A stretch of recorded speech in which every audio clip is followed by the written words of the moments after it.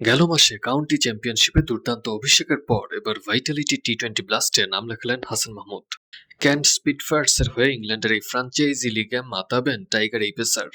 Group পর্বের শেষ 3 ম্যাচের জন্য তাকে দলে পাওয়ার বিষয়টি নিশ্চিত করেছে কেন্ট ক্রিকেট। হাসান মাহমুদ বাংলাদেশের দ্বিতীয় পেসার হিসেবে ভাইটালিটি ব্লাস্টে খেলতে যাচ্ছেন। এর আগে 2016 সালে সাসেক্সের হয়ে খেলেছিলেন মুস্তাফিজুর রহমান। তবে কেন্ট স্পিটফায়ার্সের হয়ে প্রথম বাংলাদেশি হিসেবে খেলতে যাচ্ছেন হাসান। ইংল্যান্ডের এই টি-20 টুর্নামেন্টে খেলার সুযোগ পেয়ে দারুণ উচ্ছ্বসিত হাসান।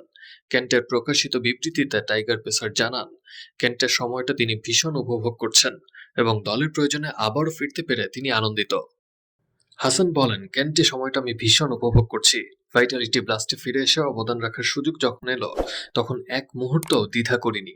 এই 3টি ম্যাচ খুবই গুরুত্বপূর্ণ, আর কেন্টকে নকআউট পর্বে তুলতে আমি নিজের সর্বোচ্চটা দেওয়ার চেষ্টা করব।